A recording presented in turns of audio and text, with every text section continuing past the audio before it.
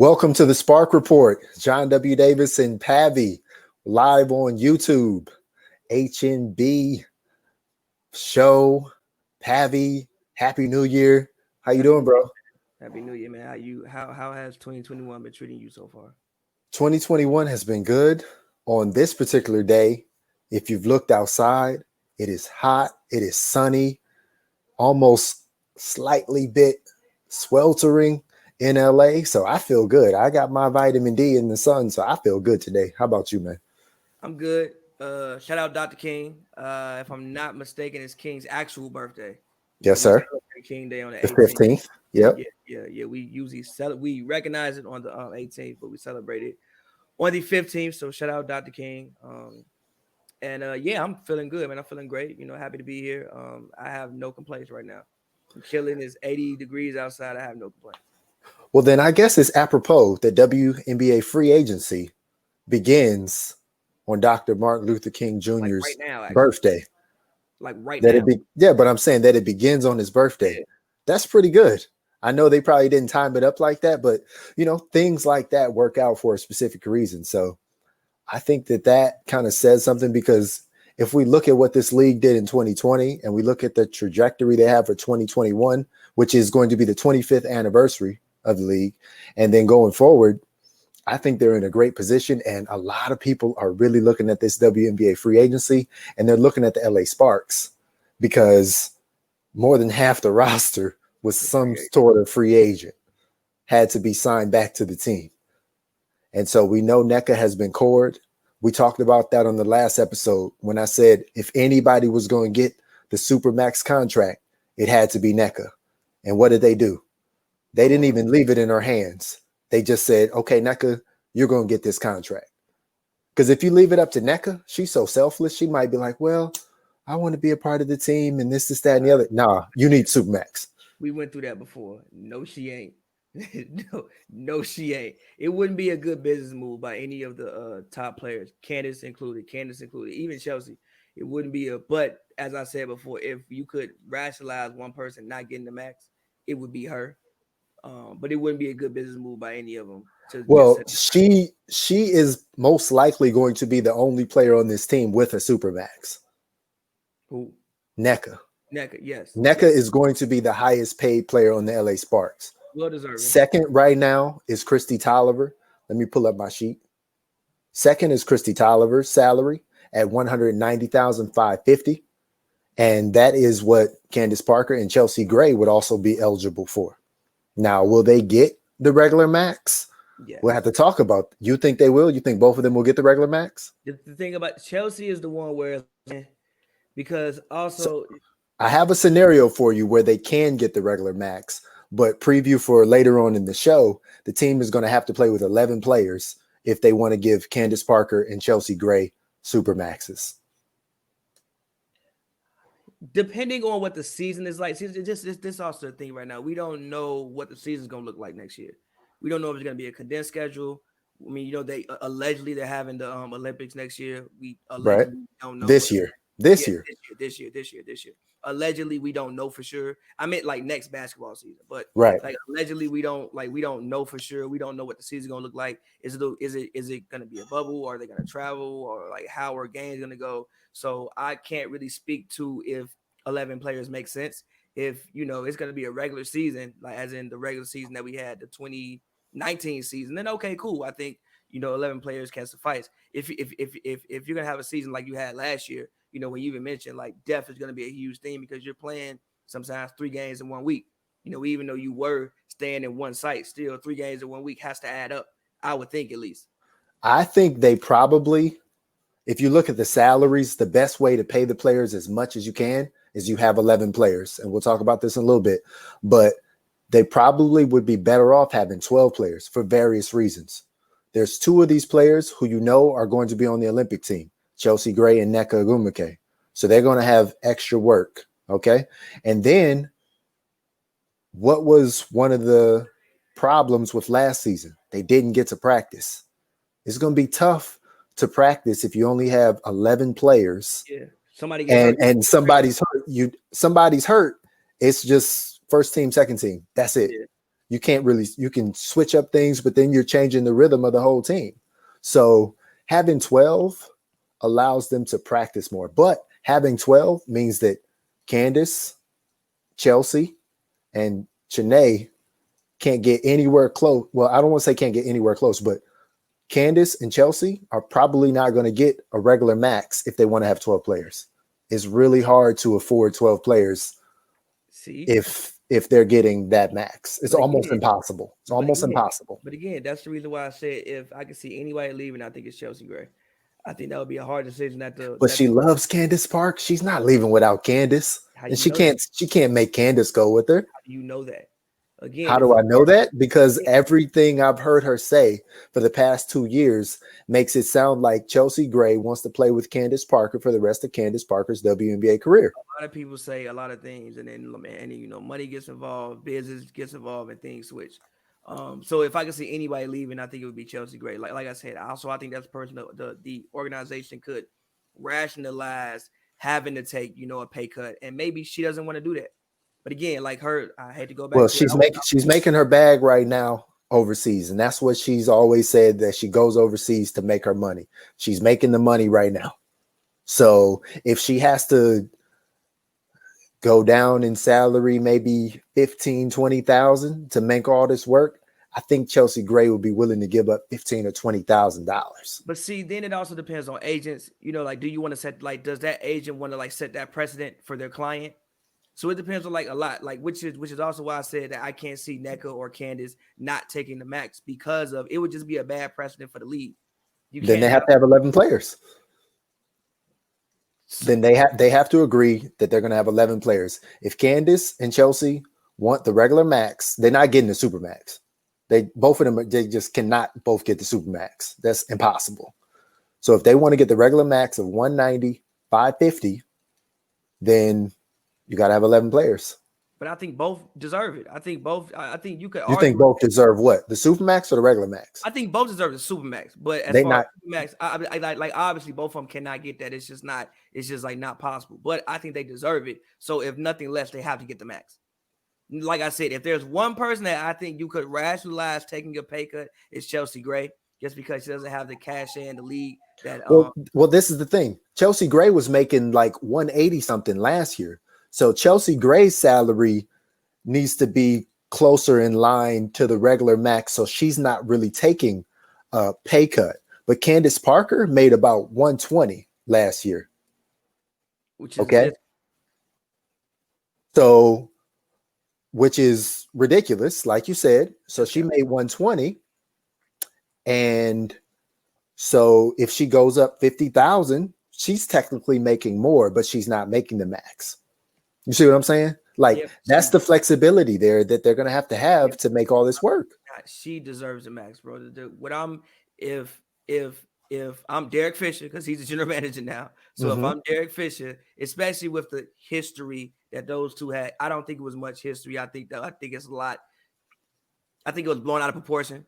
But with the history that those two have, when Candace walks down, you hand her the check that got the 190 on it. Sign this. No, you don't, because what you do is you hand Candace the keys to help recruit for the team. If Candace, yes, you let Candace say, Candace, hey, we're trying to get. No, we're saying no. But Candace Parker has influence. If Candace Parker calls up Alicia Gray on Dallas and says, hey, we're not going to be able to keep Britney Sykes. We want you to come here and be our starting small forward. That's what you got to do to get players. And but at the same time, her taking a pay cut to do that isn't her job. It's not a pay cut. It's not a pay cut. She made 120. Stop saying pay cut. Okay, pay cut, but her not. It's not a pay cut. Listen, her taking the money that she is more than deserving of, especially with the way she played last year. You mean to tell me she's not deserving of a max contract? To me, I'm not saying that. To me, you have to take care of your players. Taking care, if I am the Sparks, taking care of Candace Parker is giving her a max contract. Then you're saying bye to Britney Sykes. It is what it is. Again, then let me run. If this is what you want, and that this is the scenario that I thought you wanted, let me run it down for you then. So you're gonna have to pay NECA about $221,450. Okay. That's the 1 year super max. She could possibly have more years. You got Christy Toliver in at a regular max, 190,550. Okay.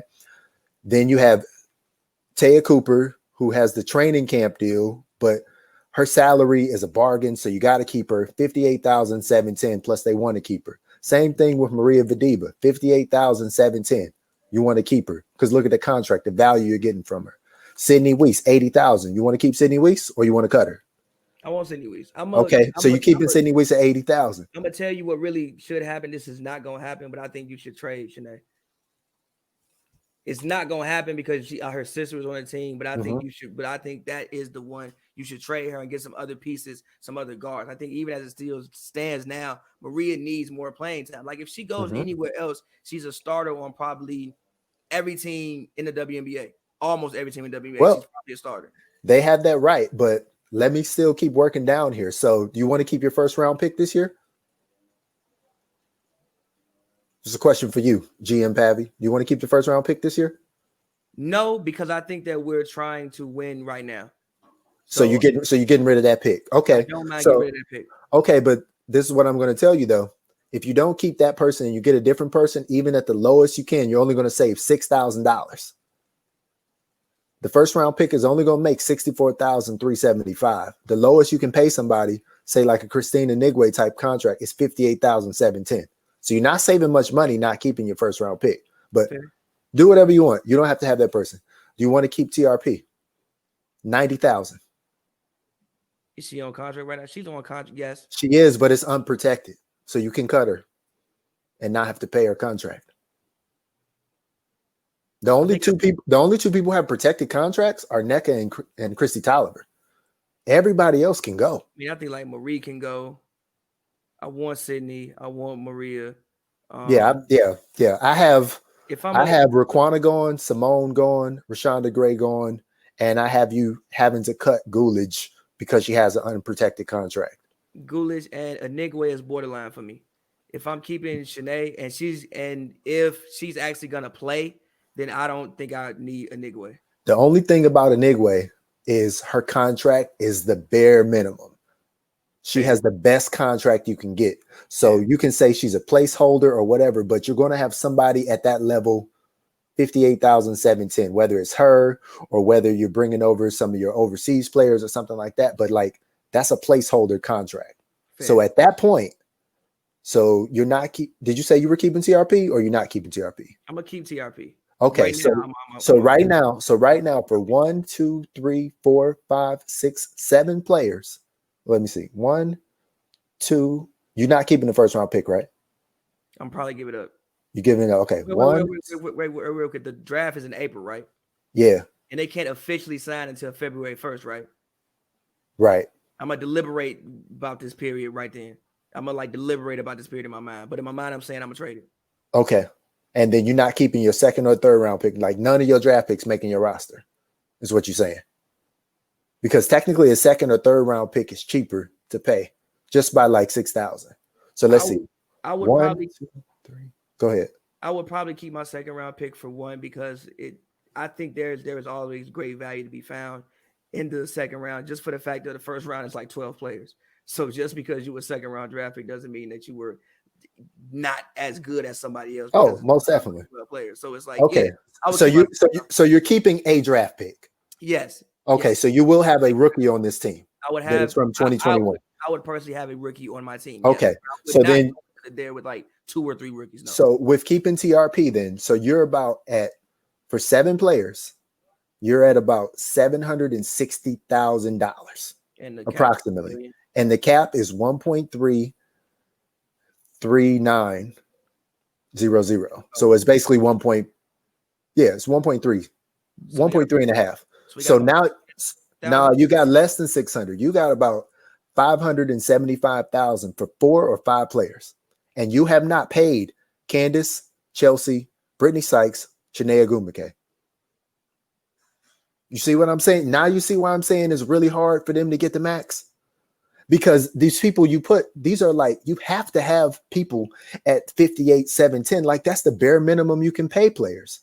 They could literally have a team of if they paid the Supermax to NECA, Candace, Chelsea, and then paid Christy Toliver her 190, I don't even think they could afford 7 other players at 60,000. You see what I'm saying? So it's like impossible. I hear you. It's mathematically impossible. I hear you and I feel you. I don't think Shanae. So that's why I'm saying regular max. If you want them to get a max, they can get a regular max. Yeah. So now we go down that list at 190, 550 for Candace, 190, 550 for Chelsea Gray. Now you got about $225,000 left between Shanae and Britney Sykes, or if you want 3 players. So for 2 players. But the problem is Britney Sykes is unrestricted. If she signs for 150 somewhere, she gone. Unless Chelsea and Candace are giving some of her salary to Britney Sykes. That's why the flexibility is in Candace and Chelsea Gray's contracts. And we haven't even mentioned any free agents. I haven't even got a chance to ask you, like, who do you want to try to sign? Because they're going to cost money too. The main person I think they should try to sign, because I think that they need more shooters. When her name popped up on the list, if I'm not mistaken, let me make sure before I say her name. Alicia Clark. Now I don't know how much it costs, but the main person, just when I look at what she every team should try to get Alicia Clark. Agreed. Just because of her shooting, I think she was shot 40% from 3 last year, if I'm not mistaken. Yeah. So, but if you want Alicia Clark, you probably gonna realistically. So I said you had what, 225 left. I said you had about 225. Realistically, she's probably gonna need about 175 of that. And so you still don't have enough to sign your 11th player. So still somebody's gonna have to back off their contract. I think that Chelsea and Candace gonna have to figure that out if they want to bring somebody in like that. But see, my opinion with Candace is that, like, when I'm just looking at it from a optics standpoint and for what she has meant to the league and also to your franchise through all these years. I'm paying her. I know it may set me back or whatever. It's kind of like what the Lakers did with Kobe. You're paying her because the salary cap was way higher for them, though. I understand that, but also at the same time, Kobe getting that $24 million kind of messed up the Lakers because he didn't need to take that contract at that point in time. If he took less, maybe you could have signed somebody else. Maybe you could have given, somebody else some money, or maybe things would have worked out differently. But for what he did for the organization for all those years, he was worth that money. WNBA players have never been able to make this much money. So right, pay Candace this money, the 190, not the Supermax, the 190, because of what she's done for your organization, what she's done for the league, and also because of her play last year. Now it's not that she was then bad. Chelsea Gray is giving money back. She had Chelsea Gray is giving money back, and then you're telling me that if Chiney Ogwumike wants to play on this team, she's literally taking the veterans minimum. I don't, but see the thing about Chiney. It's like, I love Chiney. Shout out Chiney. I just think that you need more guards. You have enough bigs, and I think Maria Vadiva needs to play if you're gonna have her on this team, because I think she's being held back by just sitting on the bench and playing 5, 7, 8 minutes. And also with Chelsea, she's also the one, based off her last season performance, you could argue she does not need the max based off of her last season performance. Now with her contract came up 2019, she might get the super max. But based off her performance last season, you could argue she's not a max player. You could. I think she is. But will other free agent teams argue that? Other free agent teams will be like, here, how much can we pay you to come? And okay, then you take that money and then you go get a Alicia Clark and you sign Britney Sykes and you hope that she doesn't get offered by 150 from somebody else, and you get Alicia and you get Britney, you pair that with Christy and you have Candace and you have Nega. I still think you have a great team. You do. You would have a really great team. In some way, you might be slightly better in some ways because you have a knockdown shooter. And you still talk about 11 players. We still ain't created a scenario where you get 12 players. If you pay people, they have a very interesting situation, and Fish. And then that means that when NECA is talking and saying we have the league of the best 144 players, she can't say that because her team has 11. There's going to be several teams in this league that are not even going to have full rosters because they have to pay people what they're worth. So they won't even have a full league, right? They won't even have a full league until it gets further on in the season, and then you can afford more players. Look, Fish has his work cut out for him. But if we speak and talk about Candace or who needs to possibly not take the full amount of money that they might be worth, I just think, like I've said from day one, it's Candace on Chelsea. No, it's Candace, because you have to be realistic. You have to be realistic about this, Pav.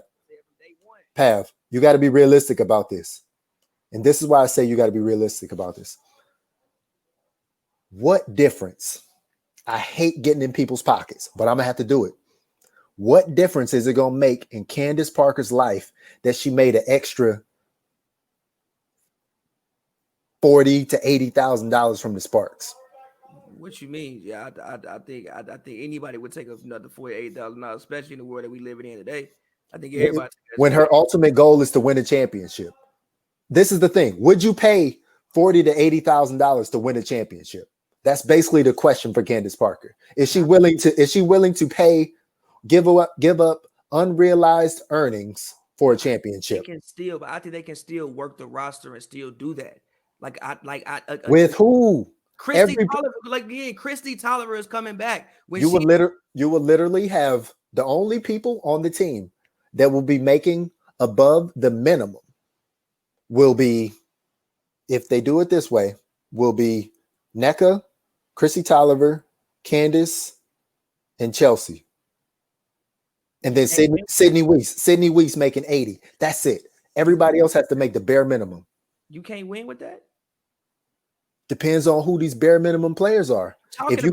If you can get Alina Iguapova to come over, sure. You talking about 4 All-Stars and 4 arguably when not arguably. You talking about 4 of the top 25 players in the league, arguably top 20. You can't win with that? I don't know if you could beat Seattle. You got your work cut out for you, but you can't win with that? Again, and also you can win a lot of games with that, but I don't know if you can win a championship with that. You got to have a little bit more depth. You have no margin for error if that's your team. Okay. No margin for error. When you easily could say, well, if everybody just takes a little bit less, because we know that you have other income sources. This is the thing. This is not somebody's main income. Yeah, I'm not get that. This is not Candace's main income. This is not Chelsea's main income.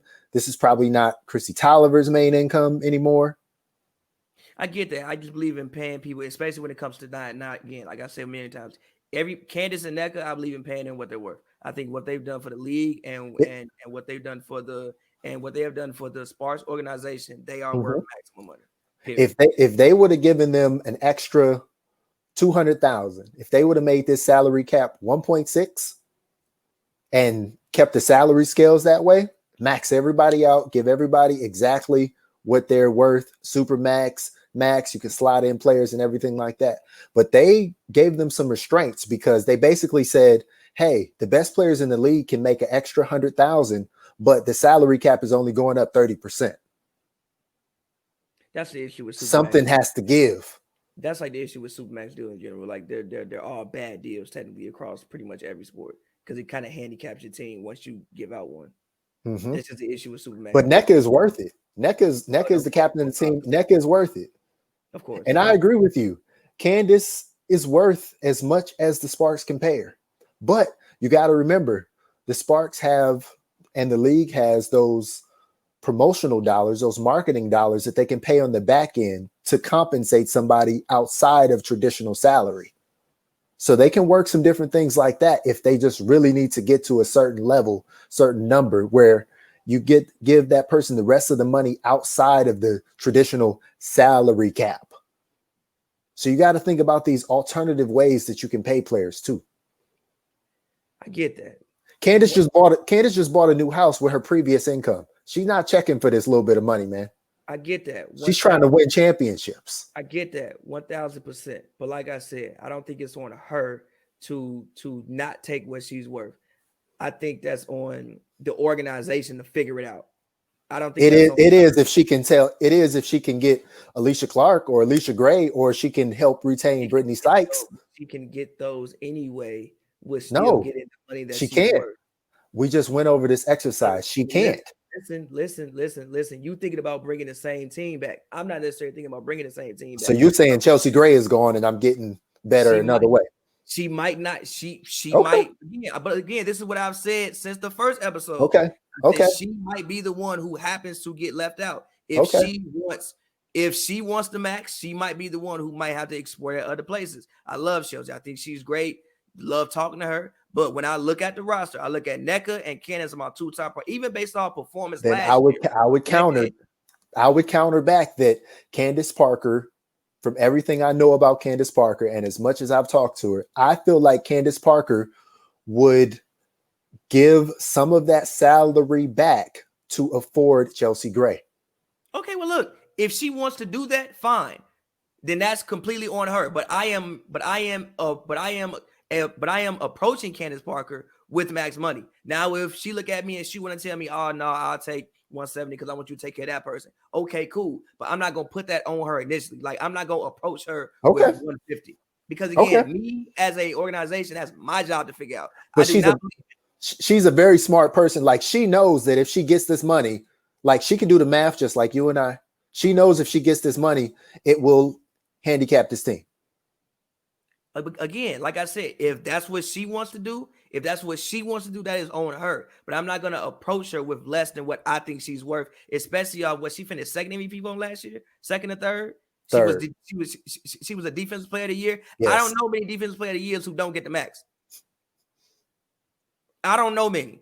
So I'm not going to approach her with anything less than that. Like I said, based off of performance last year, Chelsea is the one who, based off performance, because you are worth what I last saw you. What I last saw her last season, that wasn't. But you got to think about this like investing. Think about this as investing. I get it. You're buying future performance. You don't pay for past performance. Of course. Whatever somebody has done in the past, that was done in the past at the rate that they made. And when you get in that situation where you're paying for past performance, that's when you get into a Kobe Bryant contract. That's when you get into a huge Chris Paul contract. It was also thinking about future too, though, because again, Kobe filled that stadium up a lot of nights. If we got fans back in this stadium, but I'm talking about I'm talking about this new monetary value. That's when you get into like, who is somebody who you think is overpaid right now in the league? Not the WNBA, the NBA. Overpaid? For what their value is. We don't have to say a specific player. That's fine. No, I'm trying to think of somebody, but it's like I can like rationalize everybody's deal or like how it came about. Yeah, right. I want to say John Wall, but I mean, he got hurt.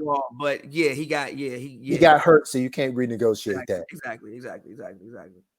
Mike Conley. Fair. Mike Conley. Okay, so Mike Conley was paid for past performance. Mike Conley's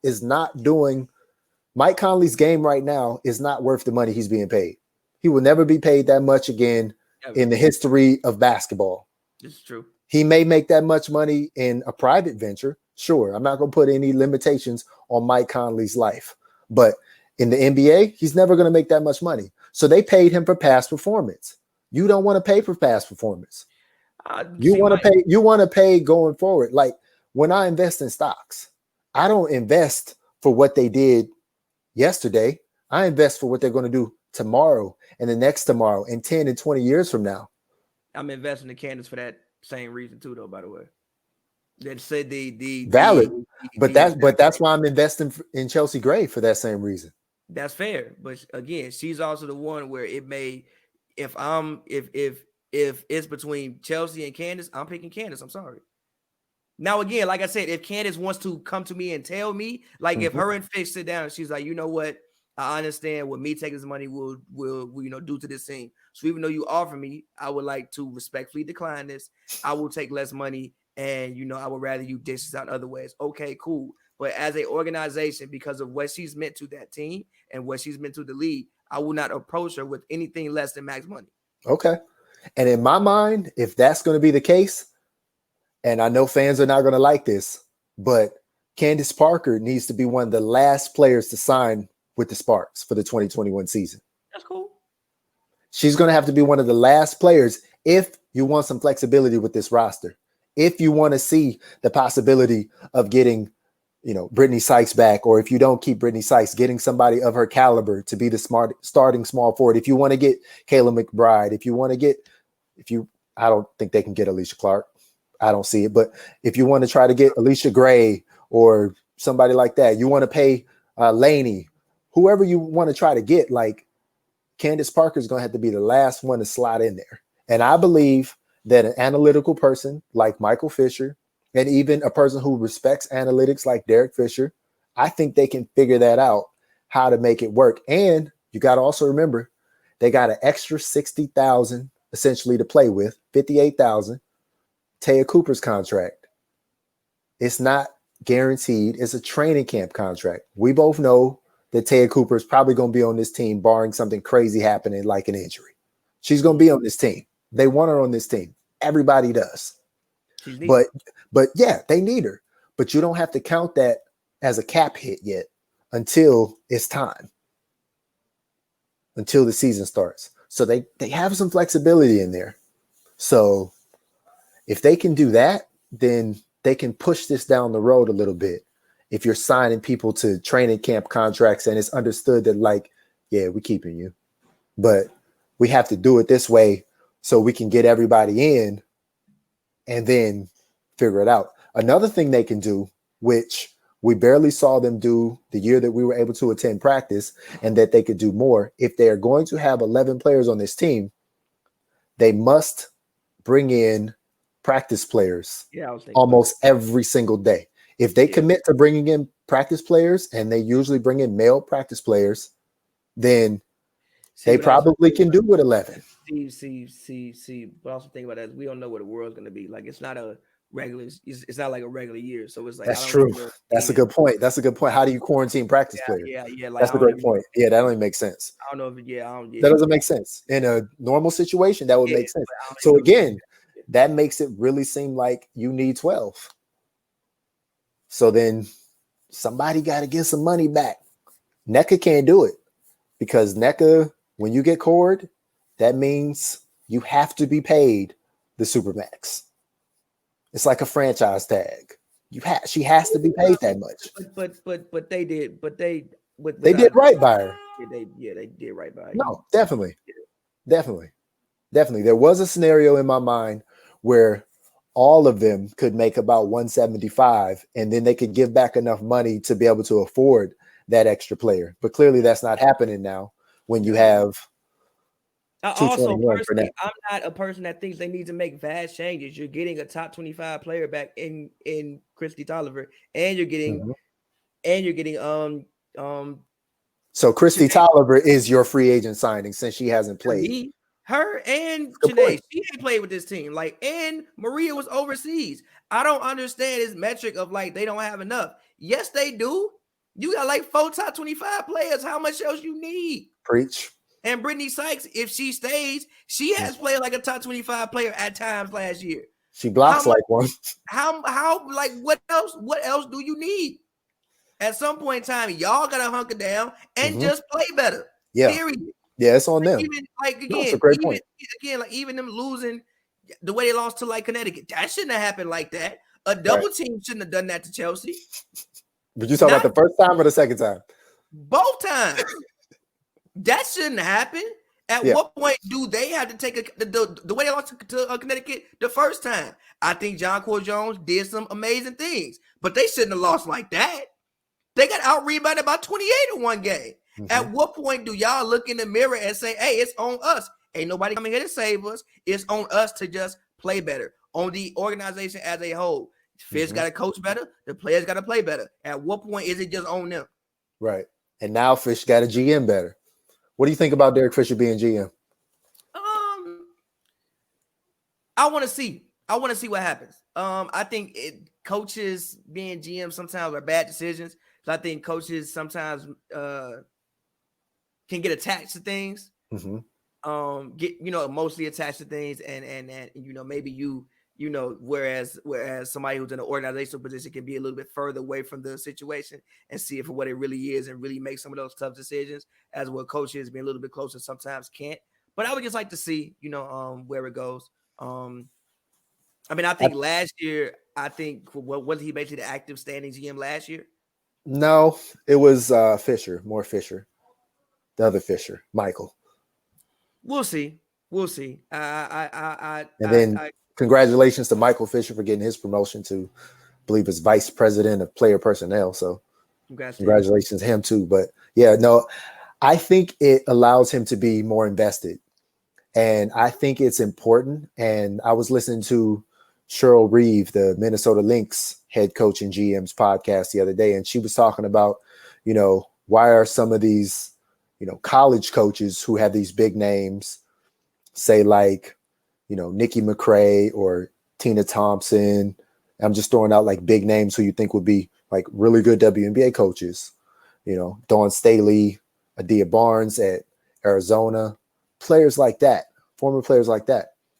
And like, there's a difference in the amount of money you make in college and the amount of money you're going to make as a coach and a GM in the WNBA.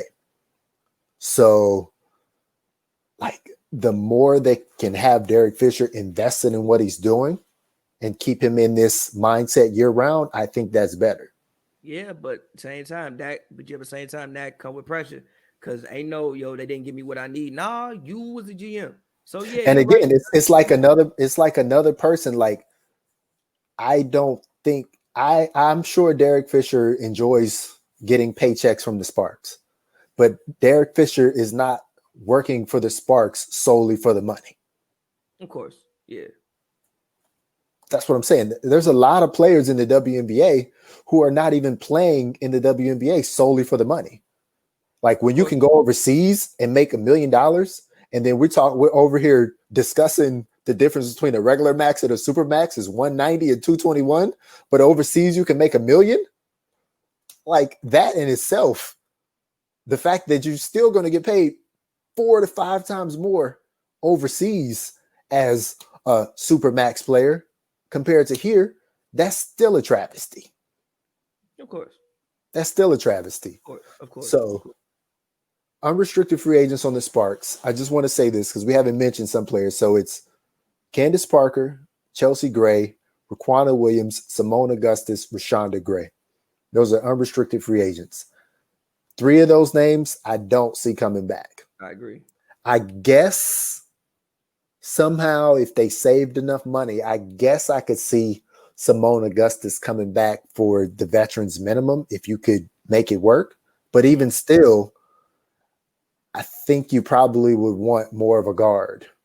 I agree. Than what they use Simone as. I don't see Rashonda Gray coming back because they didn't even play her in the Wubble. If she was going to get playing time, she was going to get it in the Wubble. I love Gray, but I don't see it. Raquana Williams, I think that she can do some damage for some teams in the league. I think she could do some damage. Imagine her coming off the bench for the Las Vegas Aces, the way that they struggle to get shots off the bench sometimes. Imagine her coming off the bench for, say, like, even like the Connecticut Sun. Like, imagine some of these teams where you look at the starting guards and then the backup guards, and they have this huge drop-off level. Mm-hmm. Like, Raquana is perfect for those teams. But the amount of money that she's worth, Sparks can't pay it. Like, she was a player that was making about 120, 117-ish. She was making a previous max. They can't afford to pay her that. We have Christy coming in, and I want to be able to give her the ball as much as possible. Mm-hmm. As well. Most definitely. Yeah, so that's so then you got the core player, the 2016 MVP NECA, cored her, move forward with NECA. And then you got that restricted free agent, Britney Sykes. I was on the Winsidr podcast, shout out to them, with REA Schwartz, and I said that my number one priority is to bring back Britney Sykes. But to me, if you do that, you got to set aside some money, or you either have to have a conversation with Britney Sykes and tell her either how much you love LA. Right, how much you love LA, how much you love LA / don't accept something we can't afford to pay you. That too. Or accept something we can afford to pay you. Or no, but seriously, like also with her, like this could be a Jeremy Grant situation. You know, Jeremy Grant, he wanted to leave for a bigger role. And she had the place in her career where she's like, yo, I want to leave and shout out to the Orange, Syracuse Orange, both Syracuse Orange. Like, is she had the place in her career after the success she found last year where she's like, yo, I want just a bigger role. I want to like go somewhere and be a star. This is my thing. Britney Sykes has a history of injuries. She basically made it through the wobble unscathed, except when she got, that knee to the abdomen area and she was out for a couple games to the stomach. But if I'm Britney Sykes, I'm going to find, if I can't get a certain level from the Sparks, if the Sparks are not setting aside 125 to 150 for me, if they can't figure out how to do that, I would really look at trying to find a team that's going to give me multiple years on a guaranteed contract at 150 or above with her injury history. I think if she can secure, what would that be? 450,000 guaranteed from some team going forward for the next 3 years. She's got to think really long and hard about that, because Britney Sykes has been playing year-round basketball for essentially as long as she's been out of Syracuse. And she's been out for a while now. She took them to the national championship game. That was years and years ago now. So she's got to think long and hard about that, because what good does it do Britney Sykes to have like a 1 or 2 year contract and then, things don't work out and then something happened and, she's not worth as much, or she just out the league. Yeah. Like that's somebody who needs to secure the bag. Yeah, she's been around 7 years now, but as you said, she's playing year round. So really it's like she's been around 11 years. Right. 10, 11 years. Right. She's like 26, but how much of an actual 26 is that? Right. 26? So really Britney, if you're watching this, Slim, Bundles, Sasson, if you're watching this or if you hear about this, somebody offers you a bag, take it and let them figure it out. Take it and let them figure it out. But also, I love Britney, and also like if somebody wants to pay her 150, I think she's worth it personally, especially her performance last year. Like I think she's worth it. I think that she is a player. Literally, if I go walk in the mirror and I look at what I did last year, she's already a really good defensive player. To me, she also has the ability to be a 15, 16 point per game scorer. Like she's shifty, she can shoot, she can drive, she plays hard. And basically you paying about 10,000 per point. Yeah. To me, she's just like Sydney Weiss. If Sydney Weiss was on the open market, she'd get more than 80 from some team in the league when she was shooting 50% from three for most of the season. To me, she is a person who has all-star type potential. She has all WNBA team type potential. Now, she wouldn't be a perennial of that nature, but she can make it once or twice. I think she can at least. So if we know there's one team she's not going to. See, Atlanta Dream.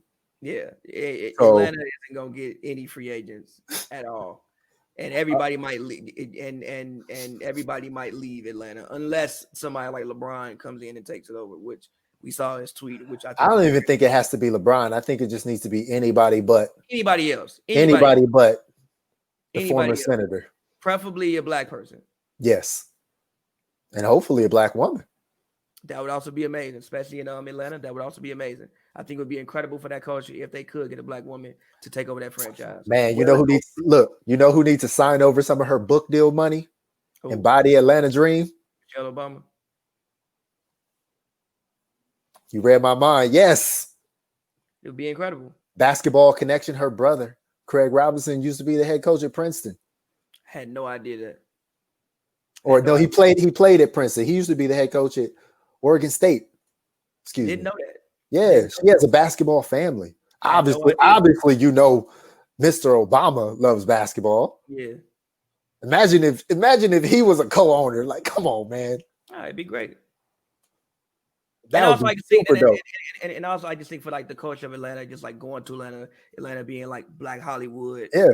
You know, the things that Black women do. Like, it's a lot of successful Black women that are in Atlanta. I think if you could get a Black person, a Black woman in that franchise, it could be a marquee franchise in the league for the next 10, 15, 20 years. Yeah.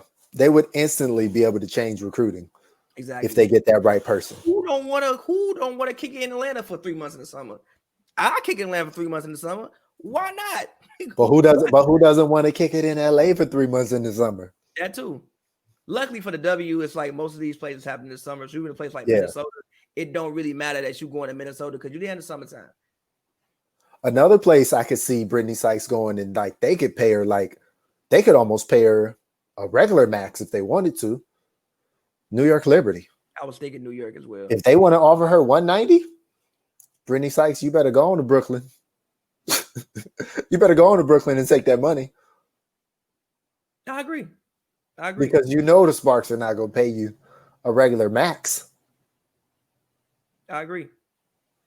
If the Minnesota Lynx want to pay above, you consider that too. Imagine Britney Sykes next to Nafisa Collier and Crystal Dangerfield and Sylvia Fowles. Like, there's so many teams she could fit with. Obviously, we know she's not going to the Storm. She probably wouldn't end up on the Mystics. She probably wouldn't end up on the Sky. Or the Mercury. I don't think the Mercury. The Mercury don't really have money like that. Yeah. So, we're talking about these middle tier teams. So you either stand here trying to win a championship or you getting paid. And when I say paid, you better get paid. Like, you better end up over 3 years with like 450 to 550,000 guaranteed. And it better be a guaranteed contract too, because you get 6 guaranteed contracts. It better be one of those. So that's my thing on her. Let me see. And we talked about Chanae before. Shout out to Chanae. I don't know if you can tell, but in the background, I actually got her shirt up there on the wall. But that's the thing, man. She has so much flexibility, yet she's in a unique situation where she can really only negotiate with the Sparks. But she has the flexibility to control whether this team pays certain players or whether they don't pay certain players, and they just have to pay her because she is who she is. I personally think that she's been working on her game. I personally think there's a role for her. I personally think that they could have her and Vadiva and Candace and Nneka and still make it work. But you got to keep the minutes down. If she can stretch her game out to the 3. She's trying. She's trying. She's working on it. I think that would be huge for her if she can just stretch her game out to the 3. Yeah, I agree. No, she has. Look, if Nneka can shoot threes, Chanae should be able to shoot threes too. Because I do think that she's a great 6 woman for the team next year. I think she can kind of come off the bench and just provide hustle, energy, like not like kind of like what Montrez did for the Clippers. I think she can kind of do that for the Sparks, but she has to come back with some type of developed 3. She don't have to go out there and shoot 5 a game, but she has to be able to space the floor, especially thinking of the fact I have Christy and I have 1 out of 3. 1 out of 3. 1 out of 3. I need driving lanes for Christy and Chelsea. I need driving lanes for Christy and Chelsea. And if she's going to come back, I've been talking about this for years. Like, there's going to come a point where even for 2 or 3 minutes a game, like they're going to have to play three of those 4 at the same time. I know you don't like that idea, but they're going to have to do it. I don't like it because I didn't like it because they couldn't shoot that well. But if they can all shoot above 35% or at least around 35%. You feel like Candace can shoot now? She shot 36 last year, I believe. If she can stay at 36%, cool. I think because I think the year when we had this argument, she was at like 30, if I'm not mistaken, wasn't she? Oh, yes. That ain't it. That ain't it. If she can shoot 30, 35, 36%, I think Nneka was around like 35, 36 last year as well. Right. And that's cool. We know Vadiva can shoot about that.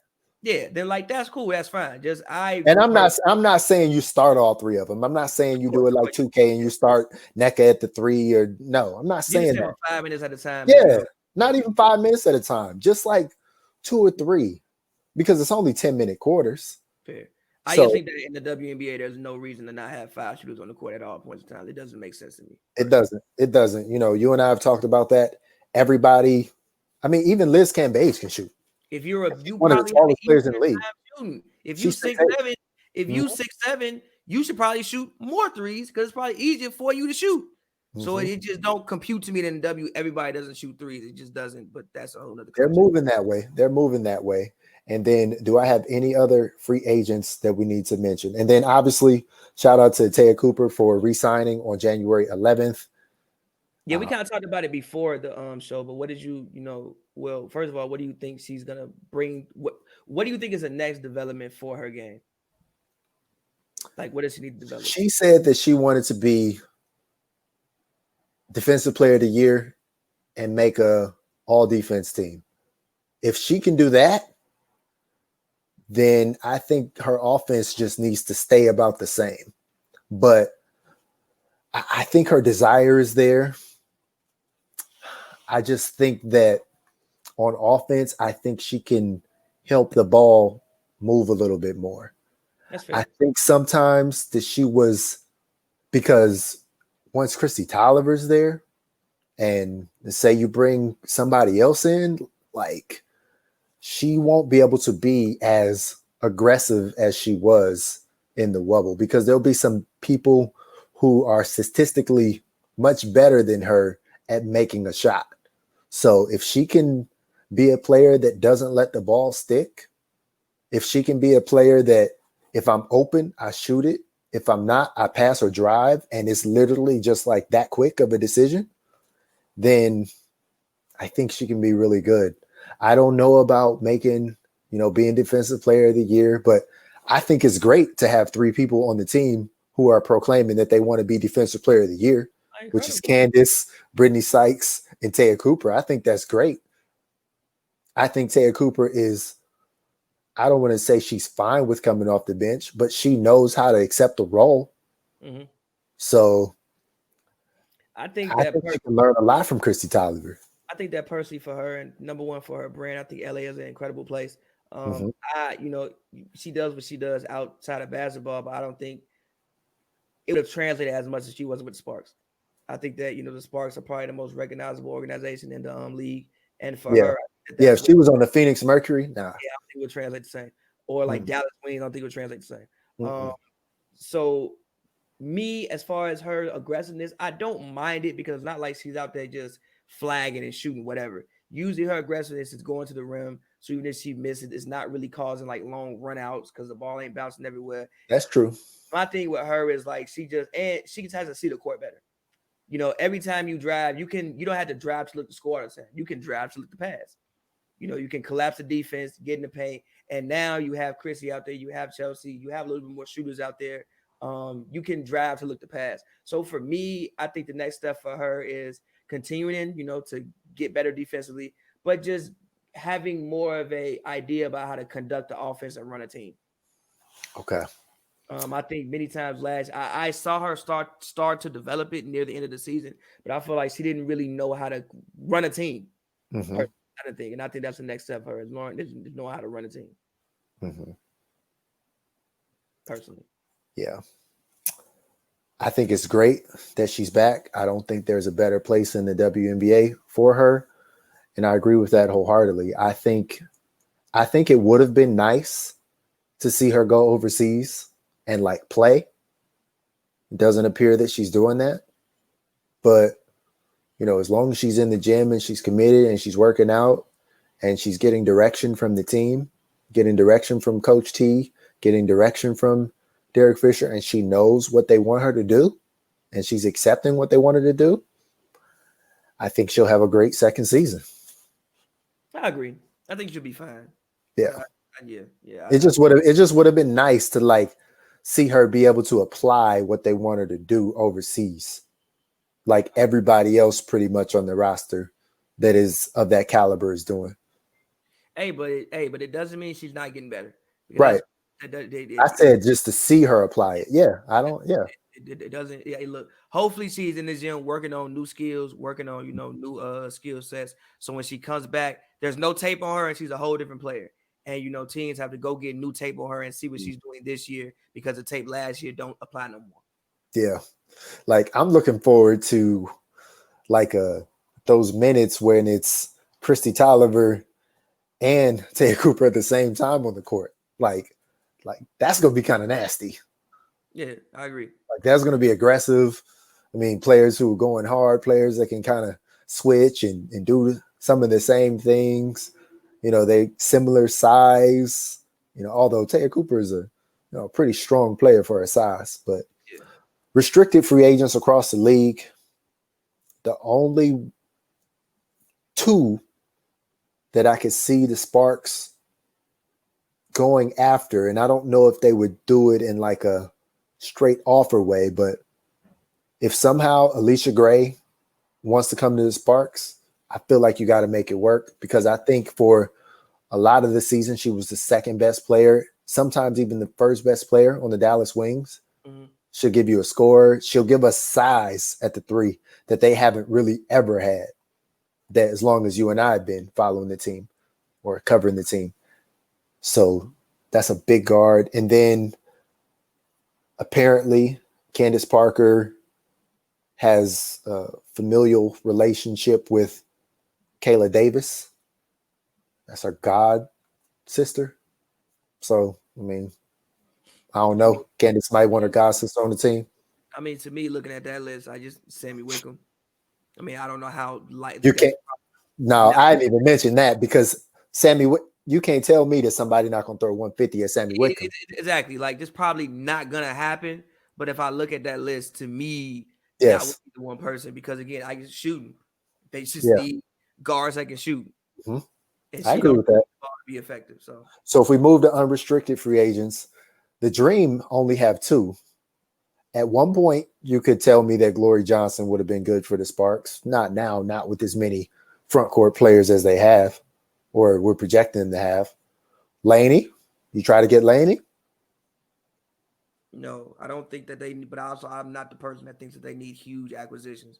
I'm not they need, unless they can, they are a guard who can shoot and don't need the ball to be effective. I'm probably not gonna tell you that they need them. They don't need no and somebody, because the only thing about Laney is you could technically play Laney at like that three.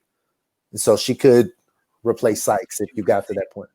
What does she shoot? She shoots all right. I'm not exactly sure what her shooting percentage is. I think it's close. Are you looking it up? I'm gonna Google it real quick. Okay.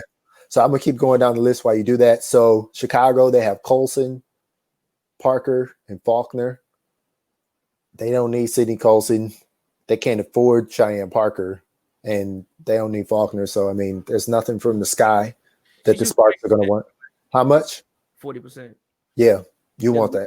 They're going to let her get away, though. No, they're not. No, that's a person who could get close to a max. That was the person who got cut by the Fever last year before the Wubble, got signed with the Dream, came out of there and did her thing.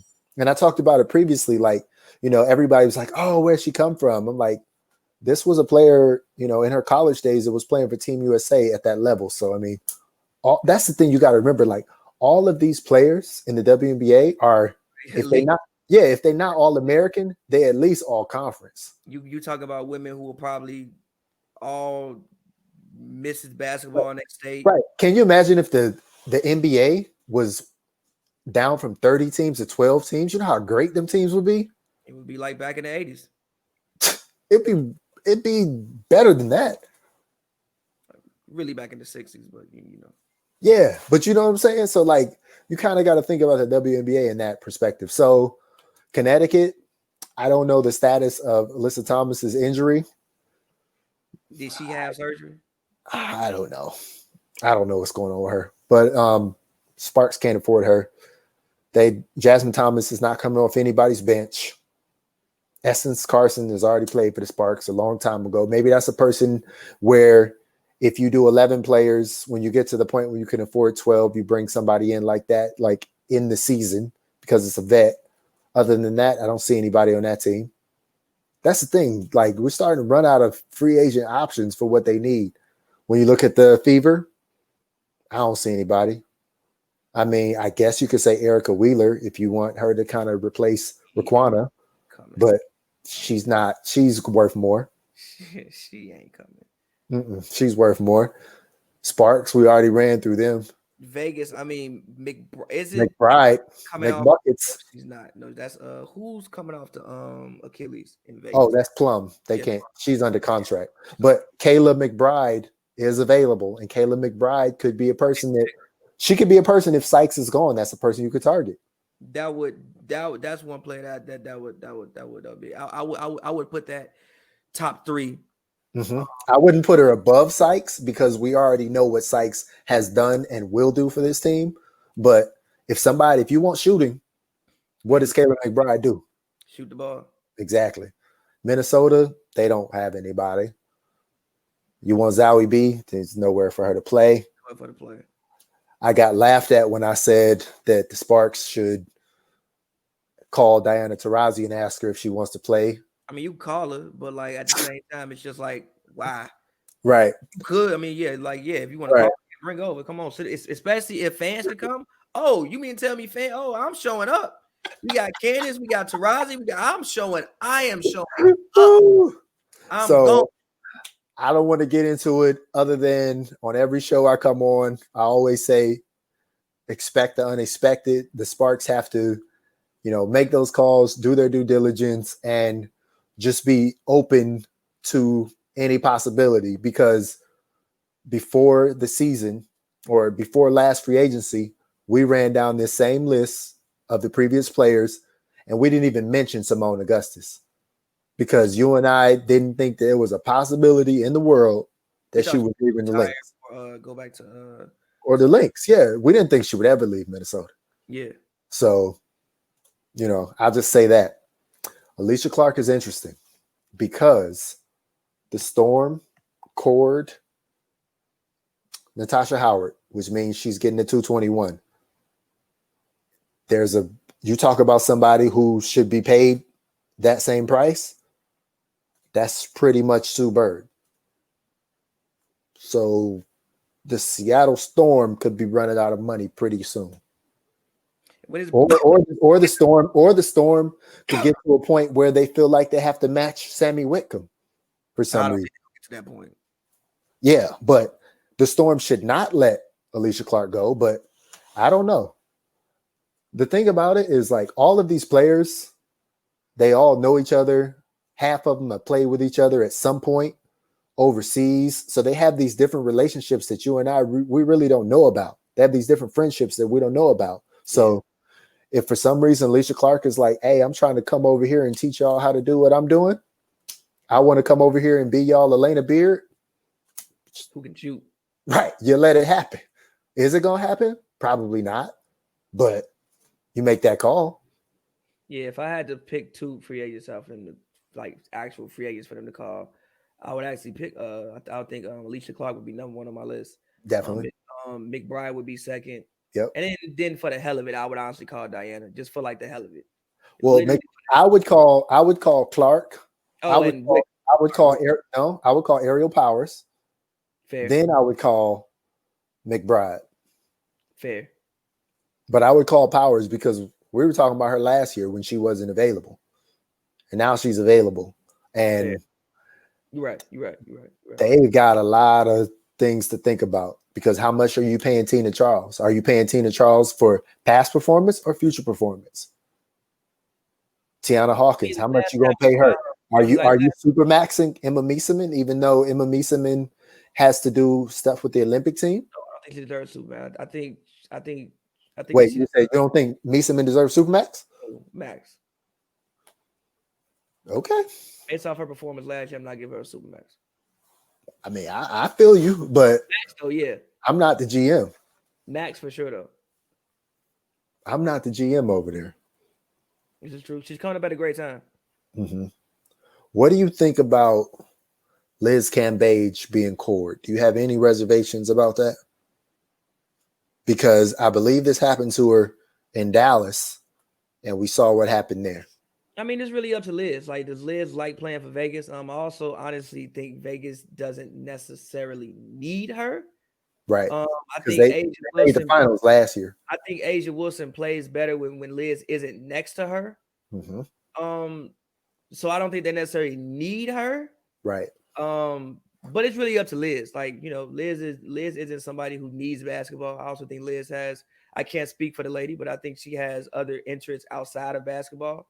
Right. So it's But really she just is up. training right now for basketball. She She's getting ready to play basketball. She just she, won the championship in the Australian League she is. So this last season. she So did. she's ready to play basketball. So it's just up to her and up to whatever really she wants to do, honestly. You know what I find interesting, and I don't know how they're going to do it, but I think this is something that Derek Fisher would like to accomplish. I think he would like to have more height on the Sparks. And now as general manager, I think he would really like to have more height on the Sparks, because you look at some of these teams, you have 6'9" Brittany Griner, you have 6'8" Liz Cambage, you have 6'7" Tierra McCowan. You got some of these, 6'6" Sylvia Fowles. You got some of these really tall players, and the Sparks are putting NECA or Candace up against them. And I bet he would love to have himself have a 6'8", 6'7" player. I don't know how they accomplish it, but I bet he would like to have one. If he had to have, excuse me? Are you like talking about them getting Liz? No, because you can't afford Liz now, because Liz has been cored, and that's the thing. It was very smart of the Aces to do that, because that limits the amount of teams that she can go to. Because when you core her, even if you somehow move her past, that's still the salary that she's going to end up with. And so that's just not going to happen. No. So I bet Derek Fisher would love to have Liz Cambage. I wouldn't love it for the Sparks, but I've been against that every single time you've mentioned. I bet he would love to have Liz Cambage, Tabrazi, everybody. He'd probably love to have Team USA if he could manage it. Facts. So as much as the league put the constraints on the teams by, you say, oh, we raised this contracts almost 100%, but then the salary cap 30%, they were smart. Because if they would have raised it much more, you would really have some super teams. You would really have people just getting together, playing with their friends. You'd have about 5 Olympians on one team. And then you would have some true imbalance in the league. I wouldn't mind it either. I think for the W that would actually be good. Like it if would you had, be. like if you had a team where you had, I don't know, a whole bunch of marquee names, and one was in the West and one was in the East, or even still if those two teams, like let's say LA and Vegas create a super teams. That's great. Mm-hmm. That is incredible. Yeah. That's incredible. Well, yeah. Imagine if some of those young players that look up to Candace Parker that are of similar positions could play with her, like Asia Wilson or Breanna Stewart. I know they love where they play now, and they're the anchor of their franchises. And I'm not saying that they're going to come to the Sparks, but I'm just saying, imagine if they could. I also think you already do have some quote unquote super team in the league. I think Seattle's a super team. The Sparks are a super team. Sparks are a super team. I think Vegas has the potential to be one. Mm-hmm. You talking about? They get one more player, they're gonna be a super team. Yeah, exactly. Like because you still have Angel McCoughtry. Exactly. I mean, even you were talking about Asia, having an MVP caliber year. Well, didn't she win MVP? If I'm not mistaken. Yeah, she won. Mm-hmm. Her having an MVP year and then bringing it back to Liz Cambage. Right. I mean, you talking about two MVPs basically in your front court, and you have Angel McCoughtry. I think that they have a super team. I think Hamby, Jordan Brand Hamby. I think that in theory, Phoenix has a super team. In theory, they got a super team. And they ever play together at the same time, though? Exactly. Yeah, exactly. But in theory, I think they have a super team.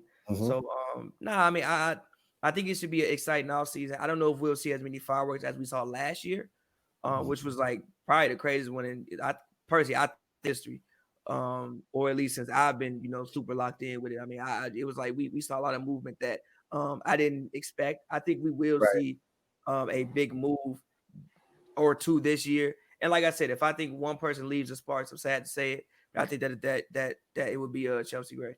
If we see anybody like leave, Mm-hmm. I think it'll be Chelsea. Out of I respect what you're saying. I respect what you're saying. My opinion is that they'll all be back, but I 100% respect what you're saying because you make valid points. I would love to see it, and I would prefer them give it a shot with this roster before they start to make big changes. Give it give it an actual shot with the team that you signed before you start to go out and like, you know what, this doesn't work, this doesn't work, this doesn't work. Run it back and put the team that you signed on the court. Mm-hmm. Because personally, I think they got everything that they need to win. I don't understand. I mean, yeah, you could maybe add this here or there, but when I look at the roster, I think that they got everything that they need. They just got to figure it out. There's still time for Chelsea Gray to get her supermax down the line. And the supermax will continue to go up every year. By the time Chelsea Gray is really into supermax for multiple years, she'll be looking at $250,000. She could maybe sign a 1 year or something like that with the Sparks. Well, she had a 1 year last year. I don't know how I feel about just keep signing 1 years. It gives you flexibility, yes, but it depends on what, but also it like depends on what the Sparks want to do. Like, because if you flame out early, you may be like, I think the Sparks are in a win now, go for a situation. You can't keep this team together too much longer. Like Candace is already older, Christy is older, Nneka, she's not old, but she's getting older. Shanae, she may have her focus. Obviously, she loves basketball, but she is a person where she doesn't have to play ever again. Like the things that she'll do off the court, Nneka too. Both of the things that they'll do off the court will be much better than things that they would do on the court. So maybe if you're Fish, you're in a situation where you kind of want to keep the deals to shorter deals. Maybe you wanted 2 years. Maybe you want everybody to be up when Candace leaves. Maybe you want everybody to be up when, whatever, however you want to do it. So that would be maybe why you would want to entice shorter deals, just so that, like, you can give it a shot, go all in. And if it don't work, you move on. But what do you do when you offer shorter deals on 2K, GM Pavy? What you mean? When you offer a 1 year deal, normally what do you do on 2K? I used to do team options, 1-and-1. Well, what I was trying to get you to say is you pay a premium. Yeah. You pay for a lesser contract. You either get a discount over more years, or you pay up for 1 year. Yeah, you do. So that's another consideration that they really have to think about. But I'm excited about free agency. I agree with you. I don't know if we'll see as much like crazy player movement as we saw, because we also have to think about, there's a nice draft coming in. There are players who played in the Wubble who will never play in the WNBA again. There are some players who decided to sit out for various reasons who may never get back in. So there's always so much flexibility. I think the Sparks, if they can bring over some of their one or two of their overseas contracts, and that be the 12th player, I think that'd be smart too, because you're looking at the salary. You're looking at what you can get out of a player for $58,000. So I think that's going to be very important for them, is just trying to figure out how many quality players can we get at the bare minimum salary range.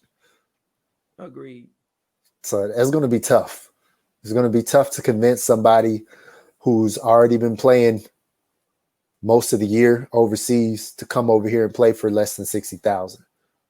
That's a tough ask. But if, somehow you're able to convince them, or, use a past teammate of theirs to relay that, like, this is the year the Sparks are going to win the championship, you should be a part of it,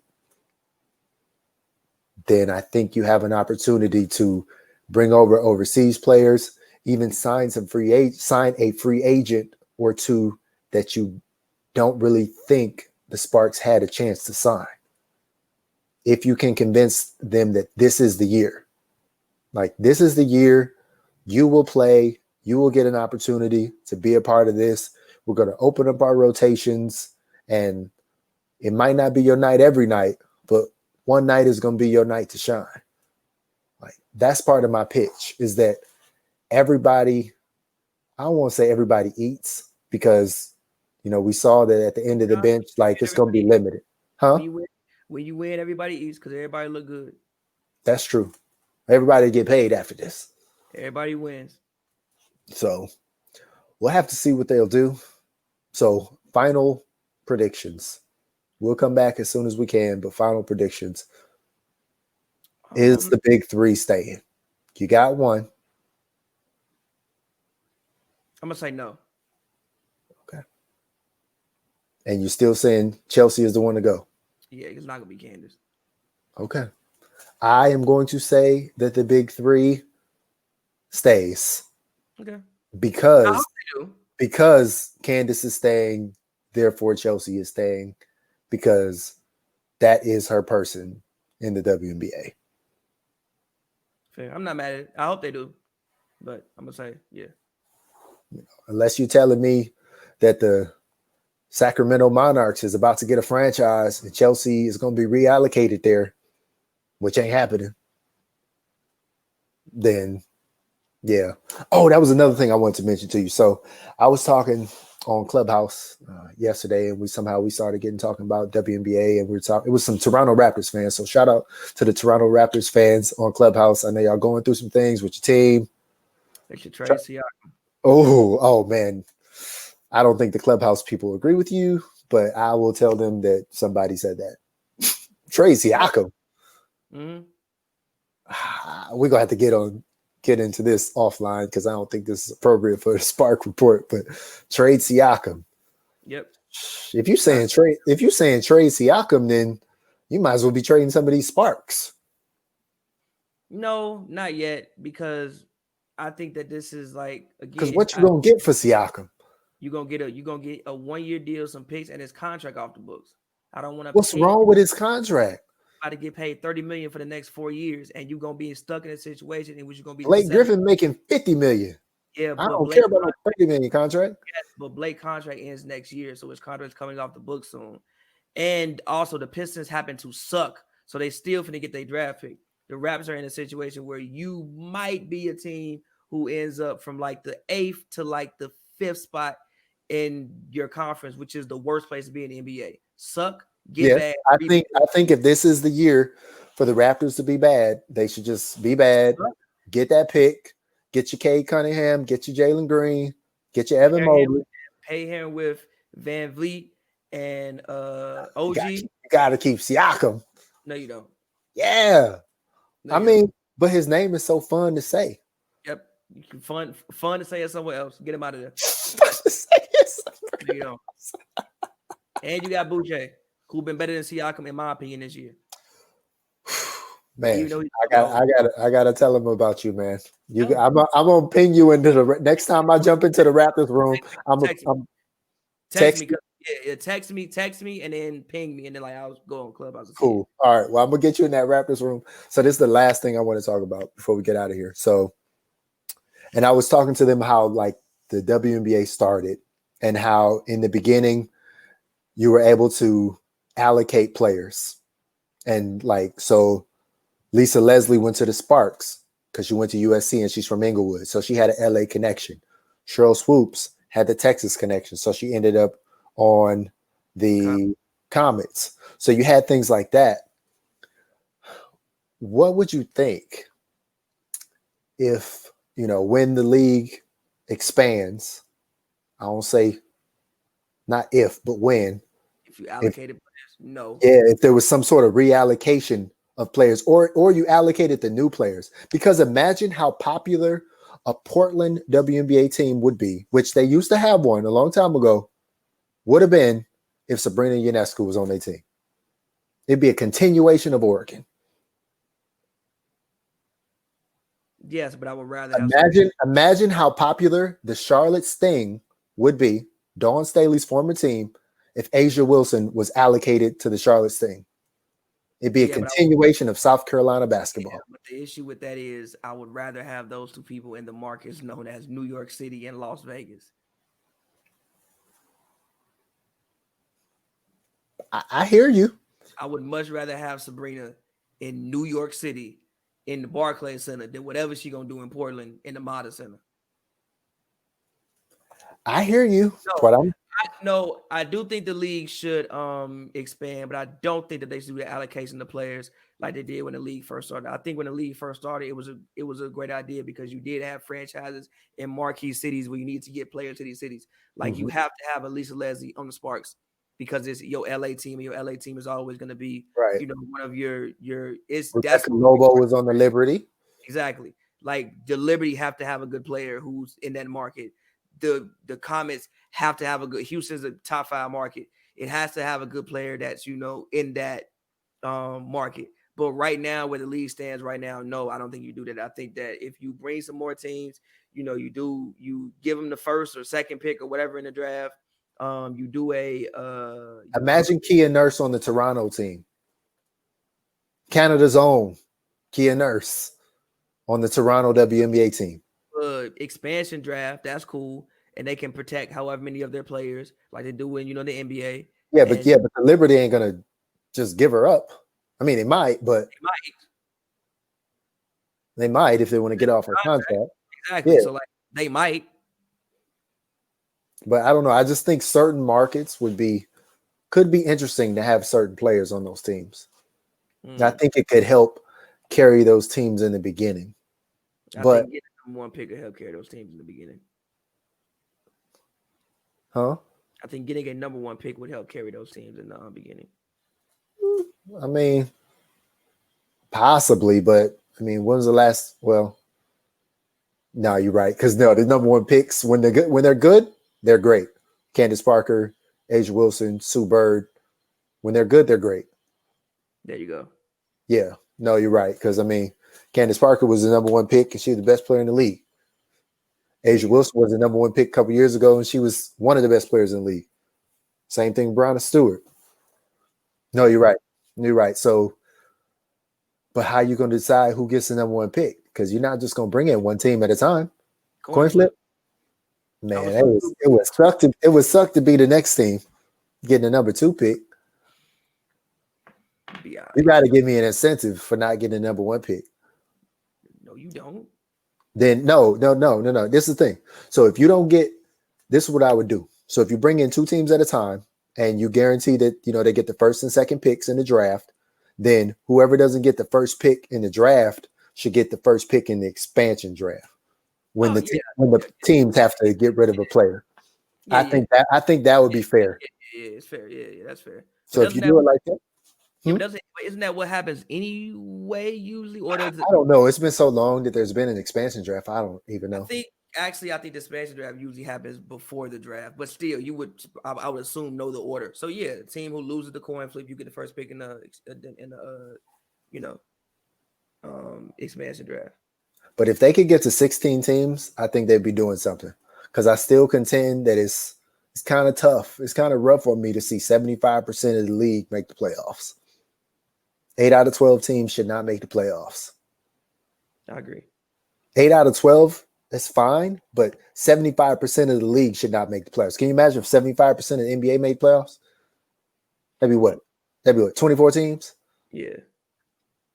No. I mean, they tried the little play-in game to make it, That's still not that many. That's a little bit over half. I mean, that can even be discussed in that time. That's still too much. I feel you. I don't want to see the 10th seed try to make. This is not the NCAA tournament. Let's end on this. I want you to give me 2 cities and with a quick explanation of why you would, if they do expansion, where would you like to see the teams go to? Okay, thank you for this question.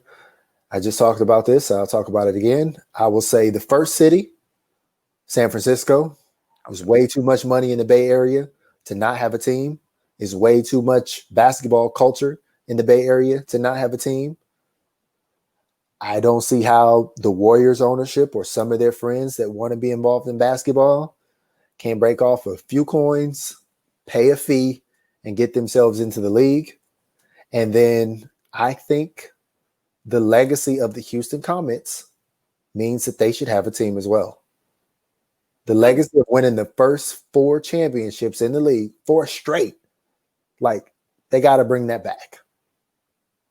Bring that back, and then I bet one of the Mcbride would be on that team, if not both.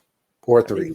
that I was gonna say San Francisco was the first place that jumps out to me, and then I'm with you. I think that it's a shame that they don't have a team. I think that the merchandise would do crazy numbers.